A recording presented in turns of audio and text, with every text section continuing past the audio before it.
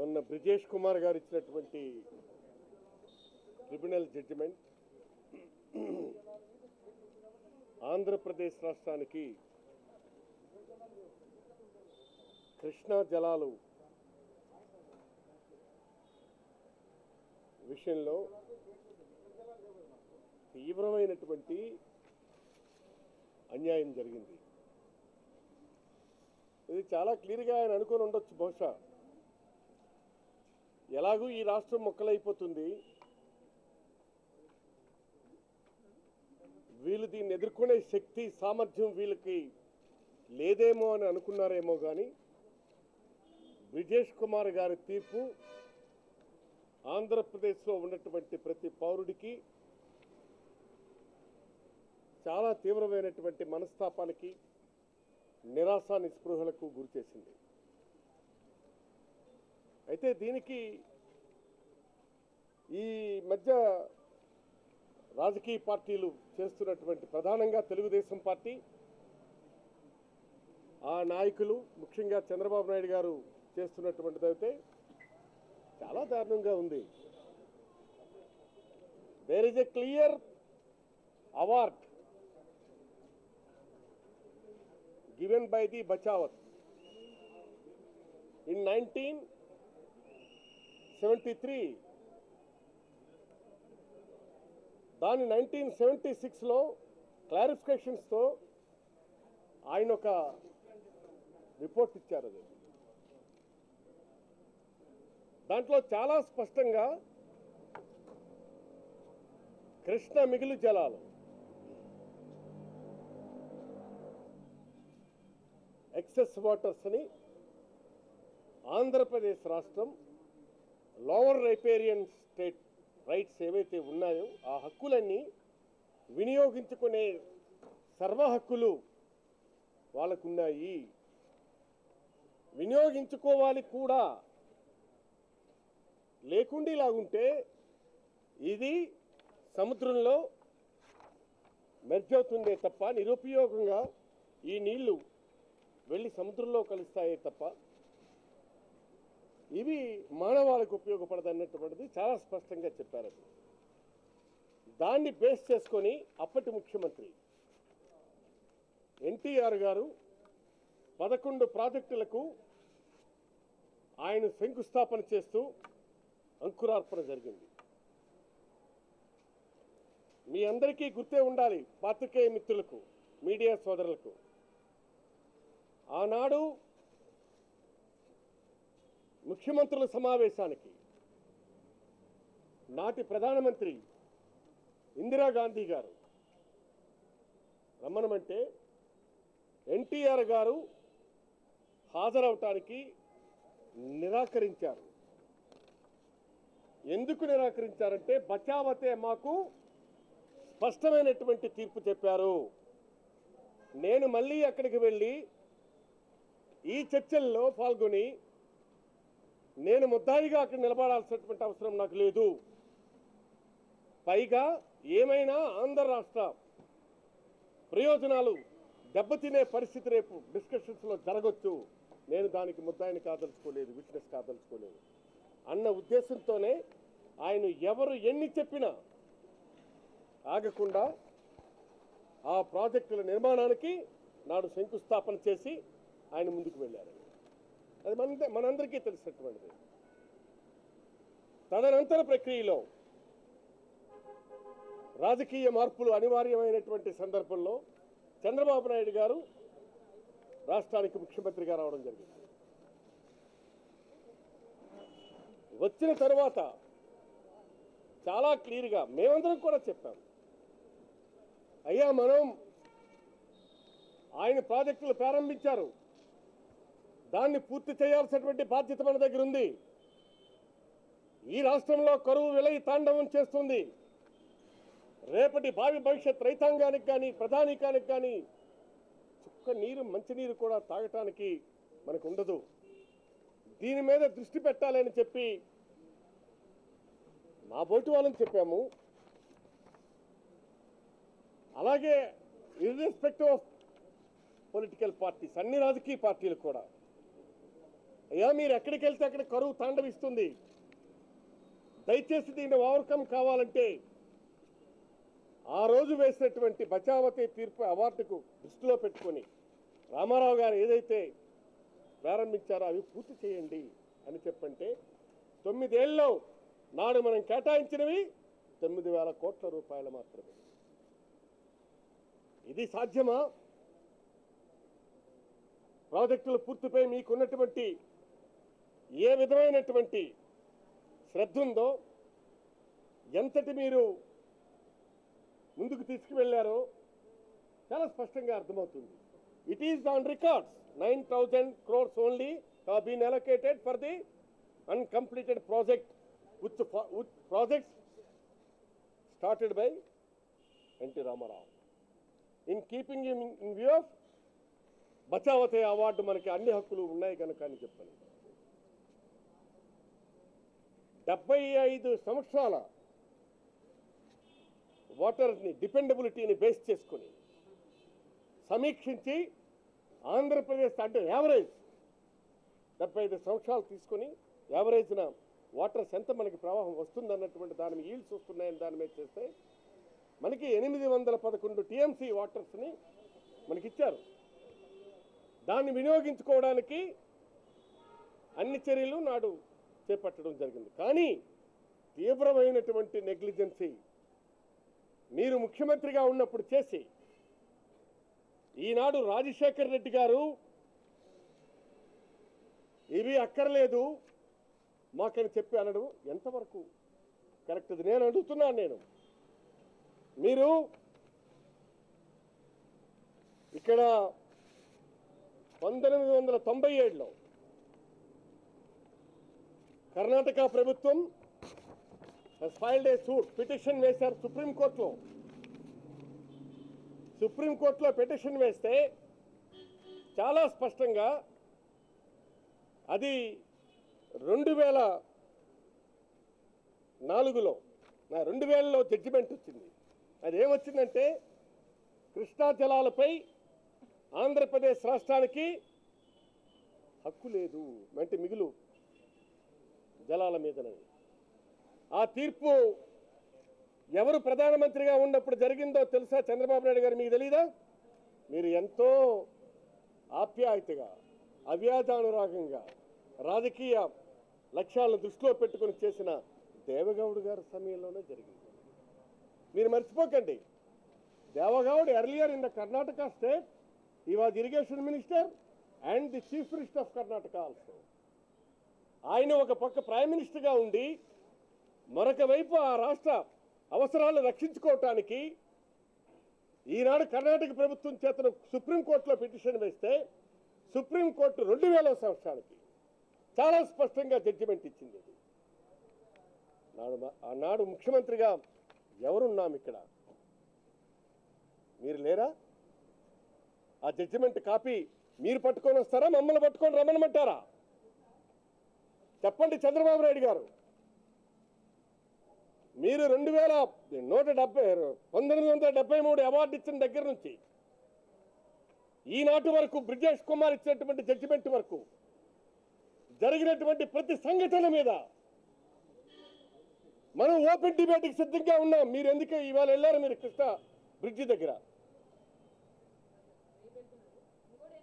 Own moment please, let me complete. నీకు నాకు అక్కడే పెద్ద గొడవ. నాది అయిన తర్వాత మీరు క్లారిఫికేషన్. ఉన్నాను టీడీపీలో ఉన్నాను. మేమందరము చెప్పాము. ఎవరు కూడా వినలేదు. దాని పర్యవసానమే. I don't want to make it a politicize. The facts what was happened which I would like to bring in to the notice of the honourable press and media. తర్వాత ఆ రోజు చెప్పామయ్యా. ఆ రోజు చెప్పాము. నేను దయచేసి లెట్ మీ కంప్లీట్. దయచేసి చెప్ప క్యాబినెట్లో కూడా వ్యతిరేకించామమ్మా. నేను అందుకే చెప్తున్నాను, వినాలి. ఎవరైనా సరే వినేవాడికి చెప్తాం, విన్నటువంటి వాడికి ఎవడూ చెప్పడం. కాబట్టి నేను చాలా స్పష్టంగా చెప్తున్నాను. ఒక మంత్రివర్గంలో ఉండేటప్పుడు మా అభిప్రాయాలు స్పష్టంగా చెప్పే అవకాశం మాకుంది. మేము చెప్పాం.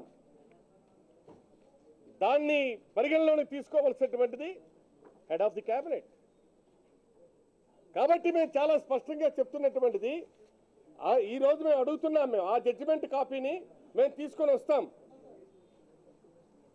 ఇవాళ మీరు ఇంత చేసి మరలా తిరిగి ఇవాళ సుప్రీంకోర్టు జడ్జిమెంట్ ఇచ్చినా కాదనకుండా ప్రాజెక్టులు ఈ రాష్ట్రంలో రైతాంగం నష్టపోకూడదని ప్రాజెక్టులు కట్టడానికి ముందుకొచ్చి కట్టినటువంటి మగాడు సుప్రీంకోర్టు జడ్జిమెంట్ ఉన్నప్పటికీ కూడా మగాడు రైతుల పక్షాన నిలబడి ఈ రోజు ప్రాజెక్టులు కట్టడానికి ముందుకొచ్చినటువంటి వాడు వైఎస్ రాజశేఖర రెడ్డి గారు. నేను దయచేసి పిలుస్తున్నానయ్యా, నన్ను పిలిస్తే నేనే వస్తాను.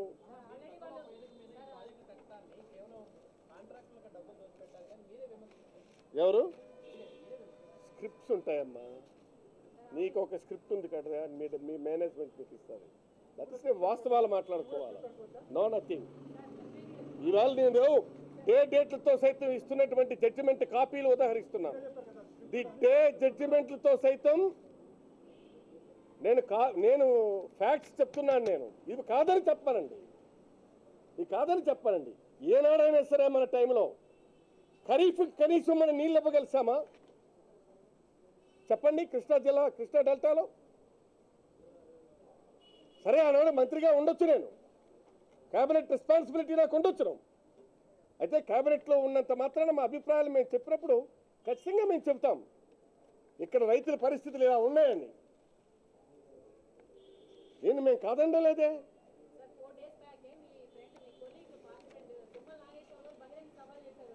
మేము కూడా బహిరంగంగా సవాల్ చేస్తున్నాం. జడ్జిమెంట్లతో మేము ఓపెన్గా వస్తాం. 73 బచావతి అవార్డు దగ్గర నుంచి 76 ఆయన రిపోర్ట్ సబ్మిట్ చేసిన దగ్గర నుంచి 2000లో ఇచ్చినటువంటి సుప్రీంకోర్టు జడ్జిమెంట్ దగ్గర నుంచి మీరు ఏదైతే ప్రధానమంత్రిగా చేశారో ఆయనే ఈనాడు సుప్రీంకోర్టుకి వెళ్ళి మొత్తం ఈనాడు మనకి వ్యతిరేకంగా చేస్తే ఏమండి ఆల్మట్టి మీరు కడుతున్నప్పుడు అడ్డుకోలేదు, ఎత్తు పెంచిన తర్వాత మీరు కుయ్యోమొయ్యని కేకలేస్తే ఎవడూరుకుంటాడండి? మీదని ఇవాళ మెయిన్ స్ట్రీమ్లో మనకి ఇవాళ అవార్డు ఉన్నప్పటికీ కూడా డైరెక్ట్గా మెయిన్ కెనాల్కు ఈరోజు ఎన్ని లిఫ్ట్ ఇరిగేషన్లు ఉన్నాయో తెలుసా? ఎన్ని చిన్న ప్రాజెక్టులు కట్టుకుని డైవర్షన్ చేశారు? ఎన్ని లిఫ్ట్ ఇరిగేషన్లు ఉన్నాయి? దాని గురించి చర్చకి రమ్మనమనండి. We are ready. కానీ దానికోసం మాట్లాడాలి. ఇవాళ ఎవరైనా కానివ్వండి, రాజకీయాల్లో ఒక్కొక్కసారి నాడు తెలుగుదేశంలో ఉండొచ్చు, నేను ఇవాళ వైఎస్ఆర్సీపీకి రావచ్చు. బట్ వాస్తవాలు ఎప్పుడూ వాస్తవాలే. కోర్టుకి ఈ పార్టీలతో పని లేదు. 2000 ఇచ్చిన జడ్జిమెంట్ కాదంటారా అది? ఆ రోజు ఎవరున్నారు ప్రభుత్వంలో? మేమే కదా ఉన్నాం. నేను గవర్నమెంట్ నేను అడుగుతున్నా, హెడెడ్ బై హూమ్? వారినే ప్రశ్నిస్తాం మనం. ఈవేళ రాజశేఖర రెడ్డి గారిని మీరు ఎందుకు అడుగుతున్నారు? మీరు అన్నాడు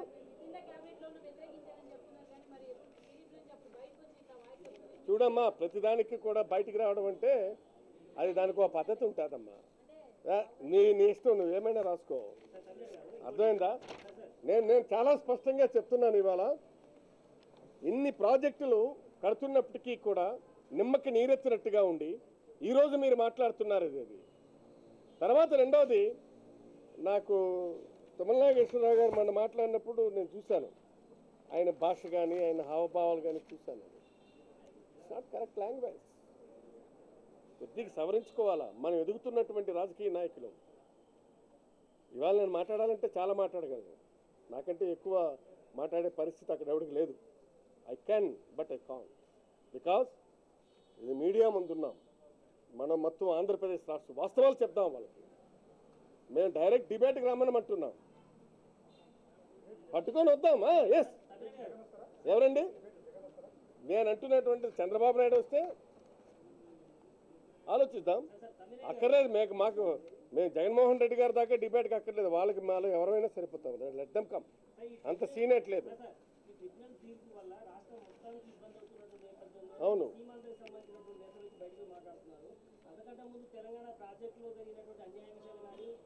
ఏమండి ఈరోజు మేము ప్రెస్ మీట్లో పెట్టినప్పుడు మేము ఇవాళ ప్రెస్ మీట్లో ఈరోజు గుంటూరుకి ఇబ్బంది ఉన్నటువంటి ఉమారెడ్డి వెంకటేశ్వర్లు గారు మాట్లాడారు కృష్ణా జలాలకు సంబంధించి. గట్టు రామచంద్రరావు గారు మాట్లాడారు. ఆయన దేని గురించి ఎక్కడి నుంచి వచ్చారు ఆయన?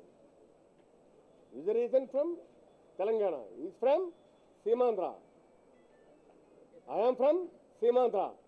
మేము సమైక్యాంధ్రప్రదేశ్ను కోరుకుంటున్నాం, మీలాగా విభజన అడగడంలా. మేము we are not demanding for split of the Andhra Pradesh. We are always taken stand for the integrity of Andhra Pradesh, integration of Andhra Pradesh.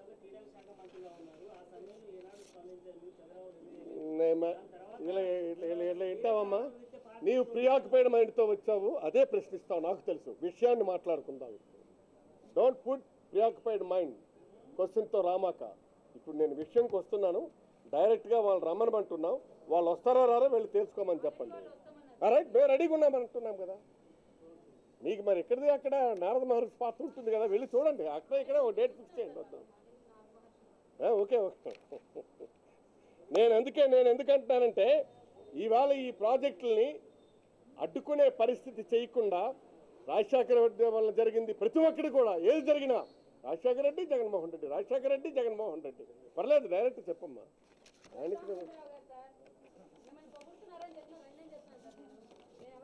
Okay okay okay. కాబట్టి మేమేమంటున్నామంటే చాలా క్లియర్గా, మేము 1997 కర్ణాటక ఫైల్ చేసినటువంటి ఓఎస్ నెంబర్లతో సైతం, జడ్జిమెంట్లతో సైతం, అన్నిటితో కూడా మన గవర్నమెంట్లోనే వచ్చాయి అవి ఆ రోజు 2000లో. కాబట్టి దయచేసి వీటన్నిటి మీద కూడా ఓపెన్ చర్చకి రండి, బహిరంగంగా చర్చకి రండి. మీరు ఇవాళ ఆయన రామారావు గారు పెట్టినటువంటి దాన్ని మనం నెగ్లెక్ట్ చేయబట్టే దాన్ని ఉపయోగించుకోలేకపోతున్నాం మనం. తర్వాత మీరు ఓడగమరించాలి, హక్కులు పోయినాయి అని చెప్పేసి వాళ్ళు అడుగుతున్నారు. చాలా క్లియర్గా ఏ రాష్ట్రానికి హక్కులు ఇవ్వాలా బచావత్. ఖచ్చితంగా ఆయన చెప్పింది ఏమిటంటే యూటిలిటీ ఇచ్చాడు. మిగులు జలాలు ఆంధ్రప్రదేశ్ ఉపయోగించుకోవాలి చివరి రాష్ట్రంగా, లేకపోతే అవి బే ఆఫ్ బెంగాల్లో కలుస్తున్నాయి, సముద్రంలో కలుస్తున్నాయి. కాబట్టి ఎవరికీ హక్కుల గురించి ప్రస్తావన చేయలేదు ట్రిబ్యునల్. ఇక్కడ ఆయన చెప్పినటువంటిది యూటిలిటీ మాత్రం ఆంధ్రప్రదేశ్ చేసుకోవచ్చున్నారు. దాన్ని దృష్టిలో పెట్టుకునే ఆనాడు చాలా స్పష్టంగా ప్రాజెక్టుల కోసం అంకురార్పణ జరిగిన వాటిని చేసినటువంటి నెగ్లిజెన్సీ ఈరోజు ఈ పరిస్థితికి వచ్చింది. దాన్ని మానేసి ఈ విధంగా మాట్లాడటం సరికాదు అది. కాబట్టి దయచేసి ఈ దాని మీదను ప్రజలకి క్లారిటీ ఇవ్వాలి. క్లారిటీ ఇచ్చి దానికి ఒక మంచి ఆలోచన చేసి దీన్ని ఏ విధంగా మనం ఫైట్ చేయాలనేటువంటిది ఆలోచించాలి తప్ప ఇవాళ రాజశేఖర రెడ్డి గారు చేశారని చెప్పడం. రాజశేఖర రెడ్డి గారు ఆ రోజు కోర్టు జడ్జిమెంట్ ఇచ్చినప్పటికీ కూడా ధైర్యంగా మగాడు మాదిరిగా వచ్చి ప్రాజెక్టులు ప్రారంభించారు. అంతేగాని వీటి మీద ఈరోజు మీరు నెగ్లెక్ట్ చేసి ఇతరుల మీద బురద జల్లడం అనేటువంటిది సరైన నిర్ణయం కాదని నేను తెలియచేస్తూ సెలవు.